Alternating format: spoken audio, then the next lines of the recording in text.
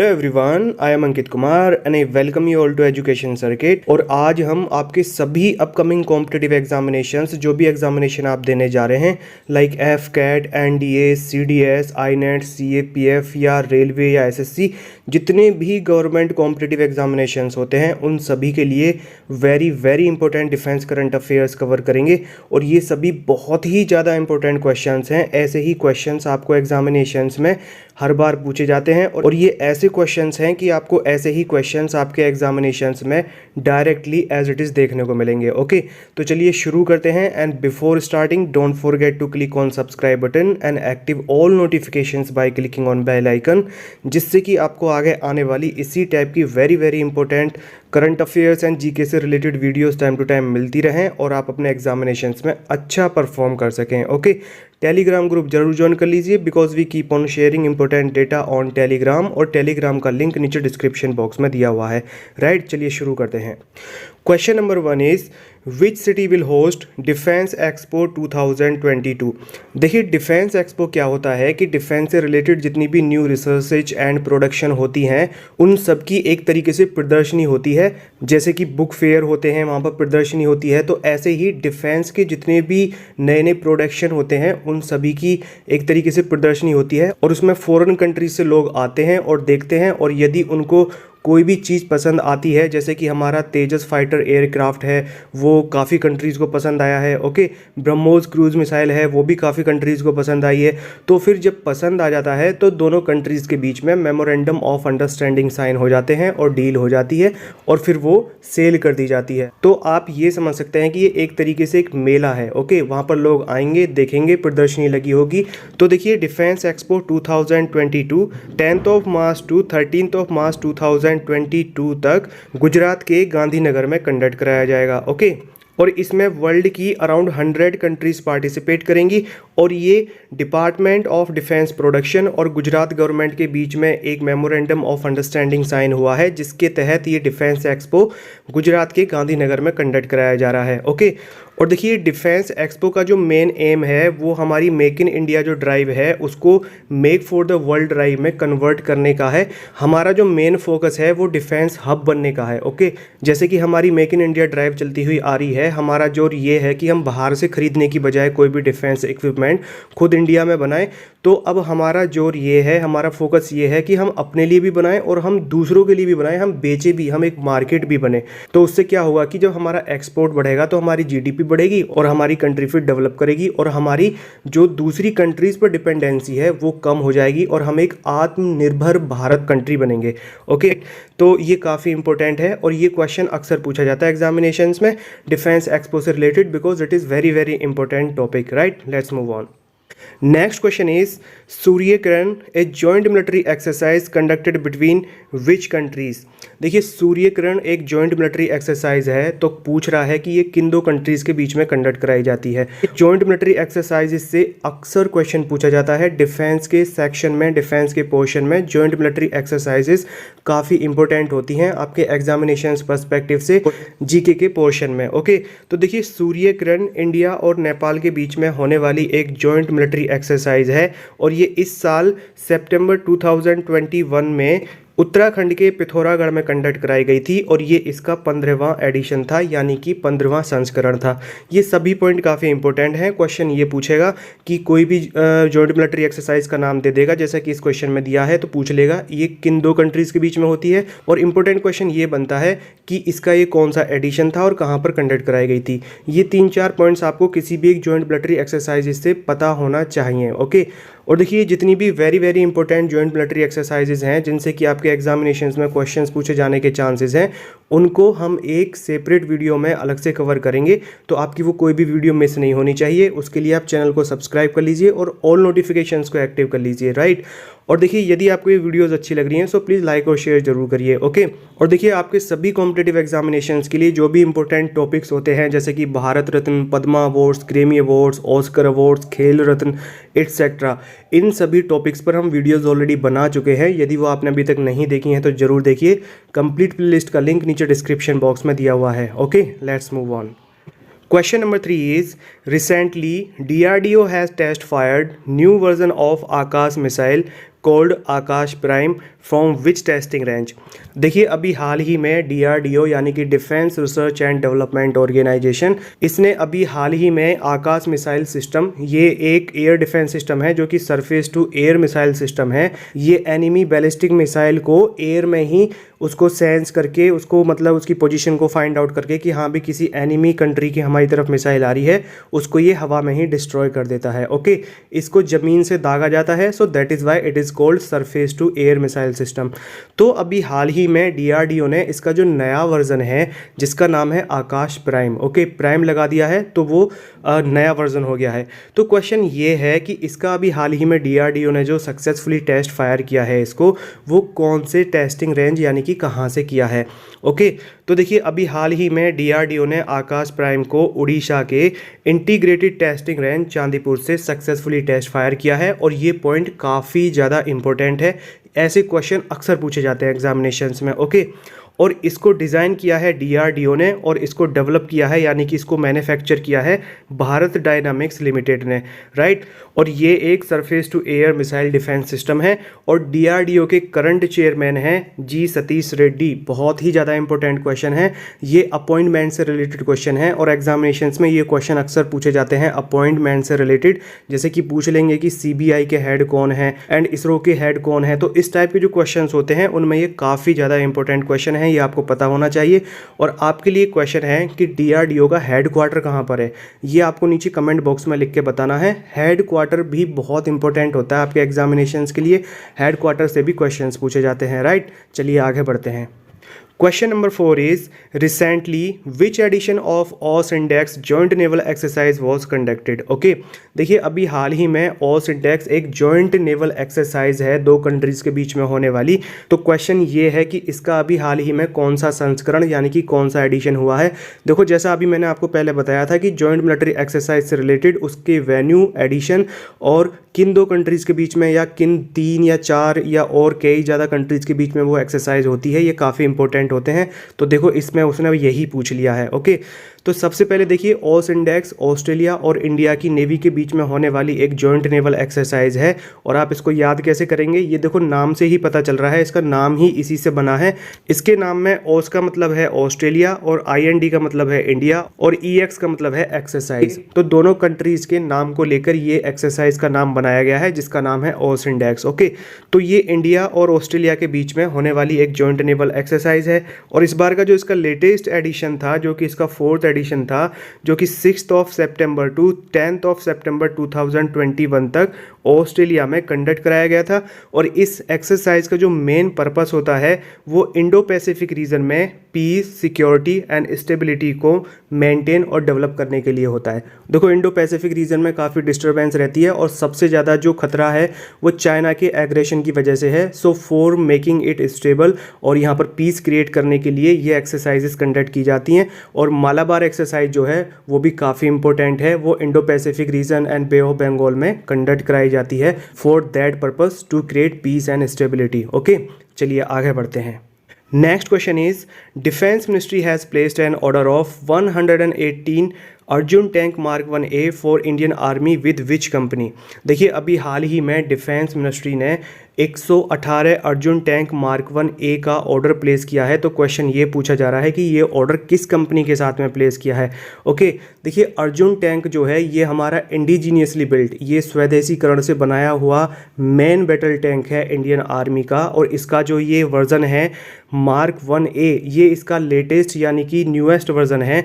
तो इस कंपनी का नाम है heavy vehicles factories Chennai. Okay, और ये जो डील हुई है ये 7,523 करोड़ रुपए की हुई है डिफेंस मिनिस्ट्री और इस कंपनी के बीच में। और देखो ये जो डील है ये इंडिया की कंपनी के साथ में डील की गई है। इससे पहले जो हम टैंक्स परचेज करते थे, हमारी जो डिपेंडेंसी होती थी वो फॉरेन कंट्रीज़ पर होती थी, like Russia, France and USA, Israel etcetera. But now हम खुद की जो हमारी इंडिया की कंपनीज़ हैं जो कि डिफेंस के फील्ड में अच्छा करने के लिए आगे बढ़ रही हैं, जो कि बहुत अच्छी बात है और जो कि एक मेक इन इंडिया ड्राइव के अंतर्गत आता है और आत्मनिर्भर भारत ड्राइव के अंतर्गत आता है। तो ये उसको बढ़ावा देता है, इन दोनों ही ड्राइव्स को। ओके, इनको सपोर्ट करता है, मेक इन इंडिया एंड आत्मनिर्भर इंडिया। हम खुद ही बनाएंगे और हम खुद पर अपने ऊपर निर्भर रहेंगे, हम अदर कंट्रीज़ पर निर्भर नहीं रहेंगे। जैसे कि भीष्म बैटल टैंक है, वो हमने रशिया से परचेज़ किया है और उसके लिए हम रशिया पर ही डिपेंडेंट रहते हैं।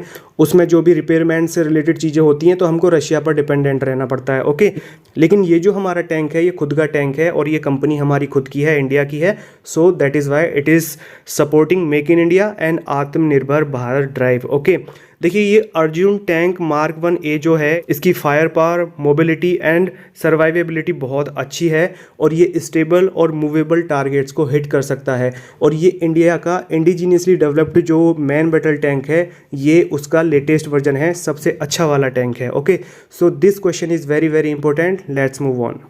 Next question is Simbex bilateral joint naval exercise is conducted between which two countries? देखिए अभी इन दिनों में जॉइंट मिलिट्री एक्सरसाइजेस काफ़ी कंडक्ट कराई गई हैं, तो इसीलिए आपकी जॉइंट मिलिट्री एक्सरसाइज से रिलेटेड क्वेश्चंस ज़्यादा होंगे और इनके एग्जामिनेशंस में पूछे जाने के चांसेस भी बहुत ज़्यादा हैं।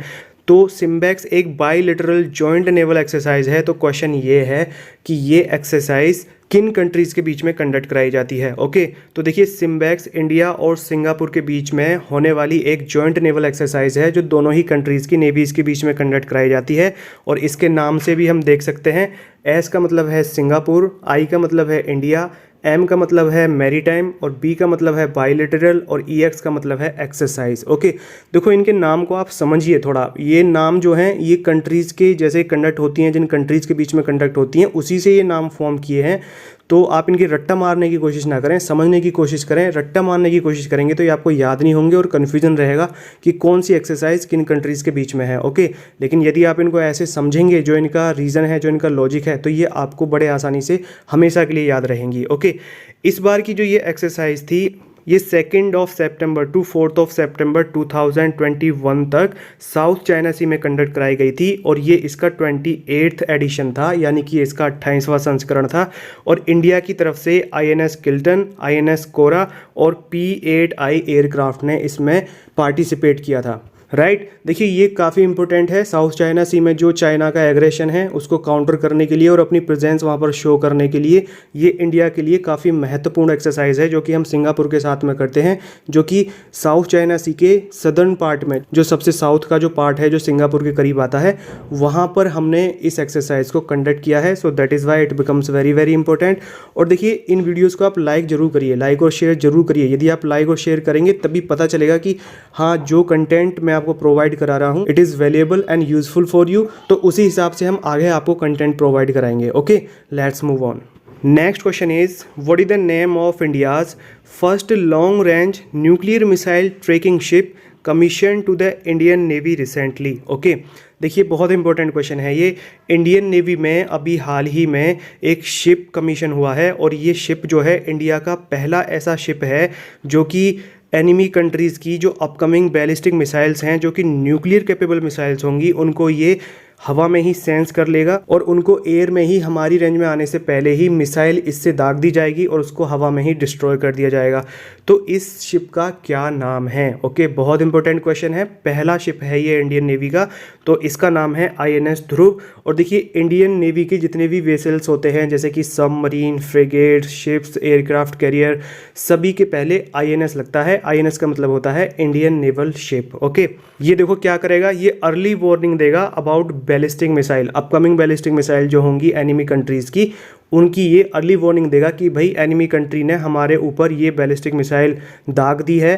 तो पहले से ही एक वार्निंग मिल जाती है, तो हम तैयार हो जाते हैं और हम अपने आप को डिफेंड करने के लिए अपनी तरफ से एंटी मिसाइल जो हमारी मिसाइल होती है उसको हम दाग देते हैं। ओके, और उसको हम हवा में ही डिस्ट्रॉय कर देते हैं, जिससे कि हम अपने आप को डिफेंड कर पाते हैं। ओके, और ऐसा करने के साथ ही इंडिया इस क्लब में शामिल हो गया है। इससे पहले ये काम वर्ल्ड की ओनली ए फ्यू कंट्रीज़ ही कर पाई हैं, जो कि हैं the USA, UK, France, Russia and China.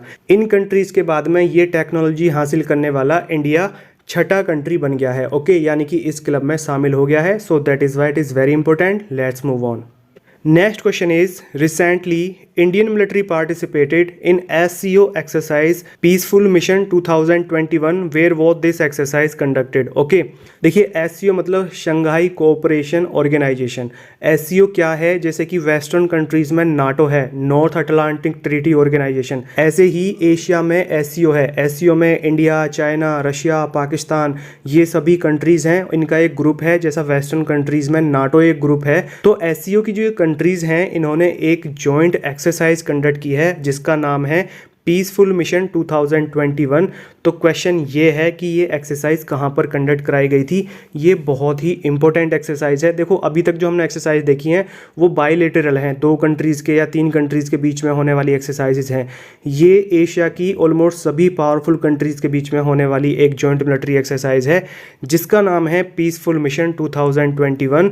तो ये एक्सरसाइज 23 सितंबर टू 25 सितंबर 2021 तक साउथ वेस्ट रशिया के ओरेनबर्ग रीजन में कंडक्ट कराई गई थी। ओके, और ये इसका 6ठा एडिशन था। बहुत इंपॉर्टेंट है इसका एडिशन। और इसका वेन्यू क्या है? साउथ वेस्ट रशिया का ओरेनबर्ग जो पोर्शन है, जो रीजन है, वहाँ पर ये कंडक्ट कराई गई थी।